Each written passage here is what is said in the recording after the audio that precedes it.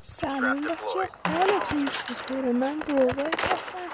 بچه امروز گفتم بیام برای ستونای ویدیو درست کنم در مورد اتچمنت بتل رویال سیزن 11. بچه گانها کلا بعضیاشون ضعیف شدن، بعضیاشون قوی شدن. بچه ستون امروز براتون همه چی اتچمنتش رو آوردم. مثلا رایفل آوردم، شاتگان آوردم، SMG آوردم با اسنایپر.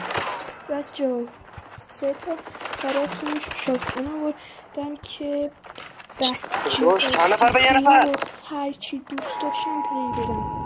یعنی اگه کسی خواست با بیور، با کرم، با اچس هرچی خواستید بعدی یه دونه SMG ناب و با یه اسنایپر و با 2 تا رایفل که یعنی پاره کنید دیگه.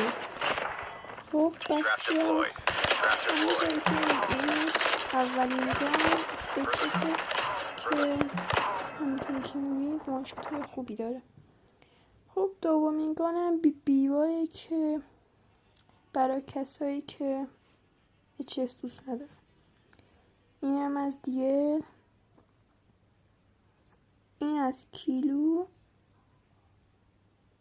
اینم AK-117 و اینم QQ9.